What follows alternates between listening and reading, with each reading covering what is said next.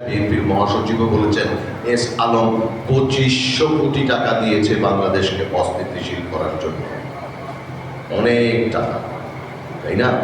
এবং আমরা প্রায়ই শুনি টার্গেট কিলিং, একে হত্যার উদ্দেশ্যে হামলা করা হয়েছে, তাকে বিভিন্ন কিছুদিন আগে ববি হাসাসকে বোমা মেরে হত্যা করার জন্য হামলা করা হয়েছে। জাকপার সভাপতি খন্দকার লুৎফুর রহমানের উপরেই হামলা করা হয়েছে। বিপি নূরের ব্যাপারটা আমি ওইভাবে না দেখলেও তার উপরও হামলা তো করা হয়েছে এবং সেটা প্রকৃত তদন্ত এখন পর্যন্ত করা হয়নি। সেই তদন্তটা আমরা দাবি করছি। আমরা দেখেছি প্রকাশ্যে কারা তার উপরে হামলা করেছে, সেই তদন্ত দাবি করছি।